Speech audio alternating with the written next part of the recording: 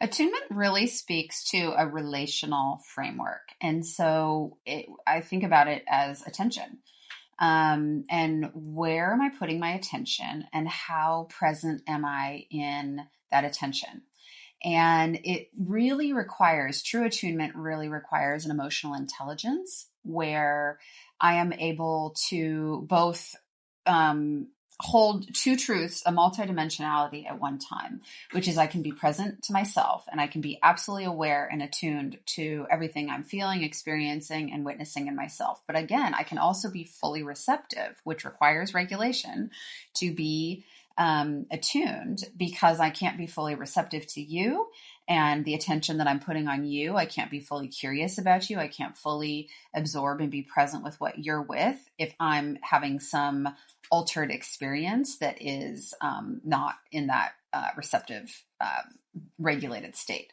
And so attunement really requires, you can see why nervous system work and regulation is like really at the root of every ounce of healing that is available to us.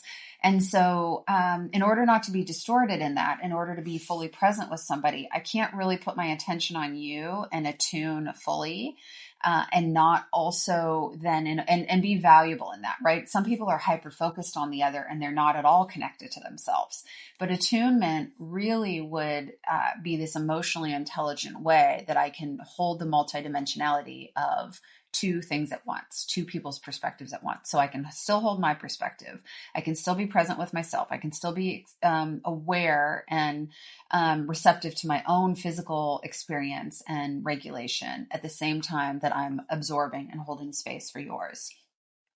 Insofar that I can put all of my presence, all of my attention, all of my focus on you, and I can receive that in this neutral way, right? I think of it as a sacred circle or a sacred container.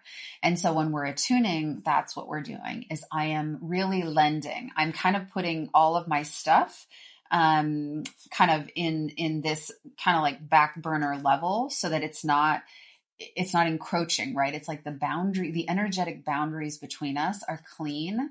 They're clear. They're not fused. They're not enmeshed. But I am able to really be this container in this vessel where I can hold you and your experience fully. I can perceive it fully. I can be receptive to it fully so that and because the more that I can understand, the more that I can hold, the more I can be of benefit to you, or the more that I can relationally be, kind of this exalted version of myself that I can really offer everything that's available. And so that's what attunement really is. It's giving my full attention and presence without losing myself, right? And that way, then I can metabolize everything and intuition really kind of comes into this too, because if I can fully attune to you and you think about what intuition is, right? It's actually not this magical, mystical thing. It's the ability to be really regulated, to be a neutral vessel so that I can receive you fully and I can perceive you accurately.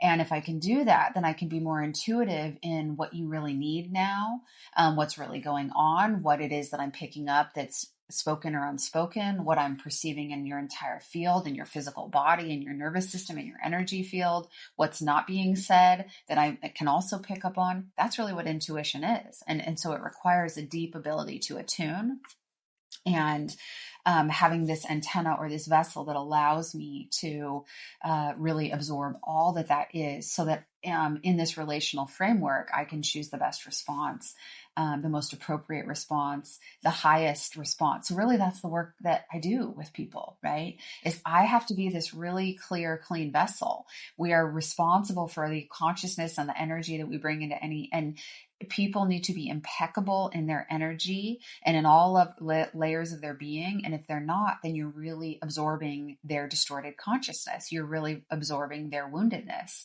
And so so as healers, it's our job to be impeccable in that container. And when we do that, then we can actually be very intuitive and wise and help guide people. And this is so much the work that I do, whether it's in the Consciousness Collective or with clients that are private. It's like really just opening that container fully so that I can be intuitive. I can see things that maybe you think that this is the thing we need to talk about, or you think this is the thing you want to work on, but there might be something else that I'm seeing or I'm able to perceive because I can attune to you so deeply. I can use my intuition then to guide that. And that's what allows this work to unfold in such a beautiful, powerful way.